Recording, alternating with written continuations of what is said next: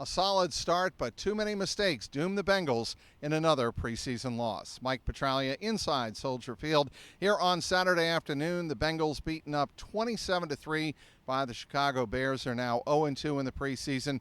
Matter of fact, the Bengals have dropped 8 of their previous 11 preseason games. They're 2-8-1 in the preseason dating back to 2021. But here on Saturday, it was a promising start against number 1 overall draft pick Caleb Williams, the new Bears franchise starting quarterback. They held Williams and company to 3 straight 3-and-outs to start this game. Good secondary defense, good run-stopping defense early on the first 3 defensive drives for the Bengals, and it gave Logan Woodside, the starting quarterback for the Bengals, some opportunities early on. The Bengals were able to move the ball somewhat, but again, too many mistakes and too many failed attempts to pick up pass rushes really doomed the Bengals offense on this day. It led to 2 Logan Woodside interceptions, including one in which the Bengals were approaching the Chicago red zone after a couple of nice plays and a 4th-and-1 conversion.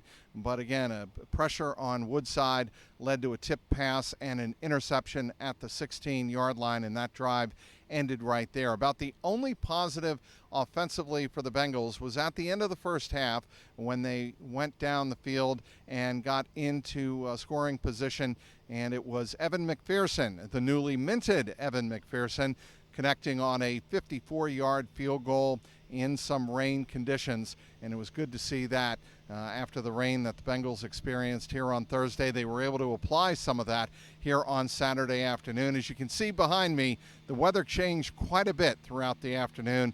We had some heavy rain, we had some cloudy skies, we had some sunny skies on what was a humid day here inside Soldier Field. But in terms of the mistakes that the Bengals made, 11 penalties, 123 yards in penalties on the day, and it was a rough day for rookie corner Josh Newton.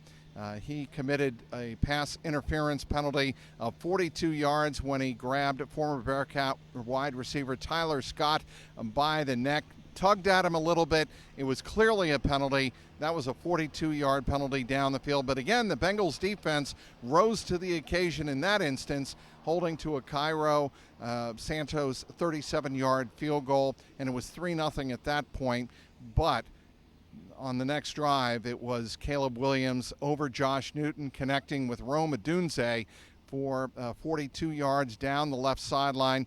On that particular drive, it was Caleb Williams able to run in for the touchdown to make it 10-0 again. A field goal by Evan McPherson made it 10-3 before halftime, and the Bears tacked on 17 more points in the second half.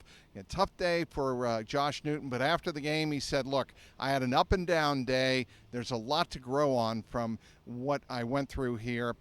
In the end zone behind me, it was Josh Newton not reading outside leverage properly, and he allowed Dante Pettis to get outside all alone for a touchdown, and that was the 3rd Bears touchdown of the day. That kind of put the game out of reach for Chicago. In terms of other notables in this game, Jermaine Burton was back taking punts in the first half for the Bengals. He had 2 punt returns in this contest for over 50 yards, so he did show some flashes there. Charlie Jones, he dressed in pregame warm-ups but did not dress for the game, so even though he was a hometown hero, he did not get a chance to play in this contest on Saturday. Chris Jenkins had his first sack in a Bengal uniform. That was against Caleb Williams in the first half. He said after the game he didn't have much time to celebrate it or think about it because that came on 2nd down, and his focus was to get to the next play and get the Bears off the field, which the Bengals defense did. So Chris Jenkins broke through here with a spin move on Saturday afternoon and flashed some of the potential that made him a 2nd-round pick for the Bengals this past April. In terms of other notables, Ryan Rico, the rookie punter out of BYU, he had an uneven day. The stat sheet will be a little bit more kind to him than the actual punts showed. He only had a net average of just over 40 yards.